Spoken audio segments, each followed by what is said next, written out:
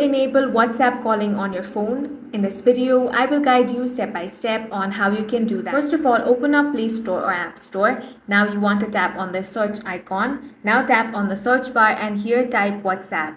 If you find the update option, tap on that and update the app to the latest version. Calling only works on the newer versions of WhatsApp.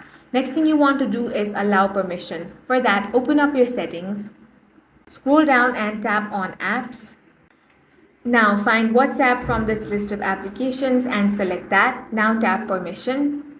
Here you want to tap on the camera option. Make sure that you tap on Allow for camera. Next you want to tap on Contacts. Make sure you tap on Allow. Next you want to select Microphone. Here tap on Allow. Now finally tap on Phone and then tap on the Allow option. Once you have allowed these permissions, you will be able to make a call on WhatsApp.